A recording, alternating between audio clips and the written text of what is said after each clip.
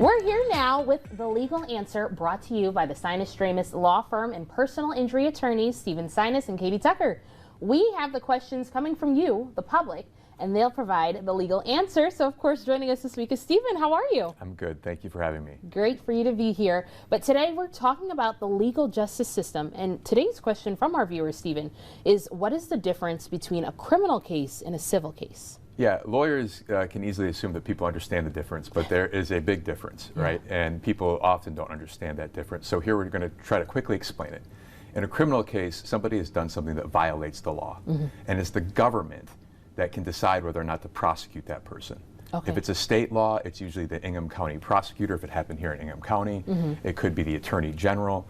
It could also be, if it's a federal law, a federal prosecutor. But it's the government prosecuting the person for their violation of the law.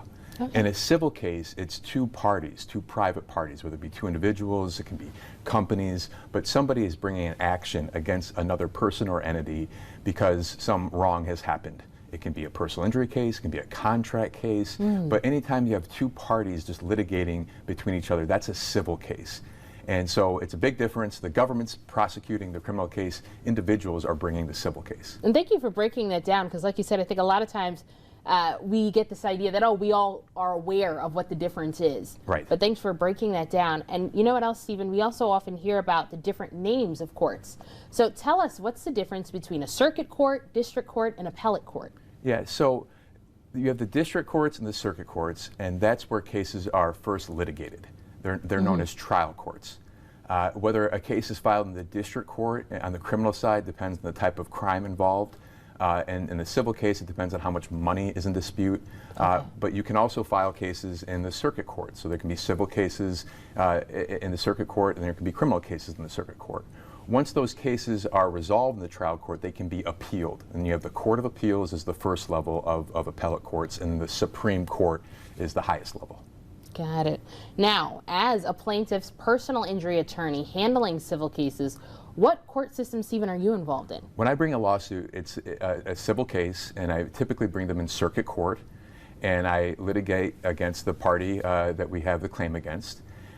There can be sometimes implications on the criminal side if the party we're suing violated a law that also resulted in our client's injuries. So sometimes we have to monitor what's going on in the criminal case to know whether or not that person was convicted of the crime, but then we sue them in circuit court in relation to our client's personal injury case.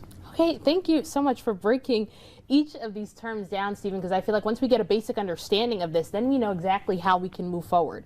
But I know this is only just the basis, so where can we get more information about personal injury law? Sinasdramis.com, SINASDRAMIS.com. We have lots of information there.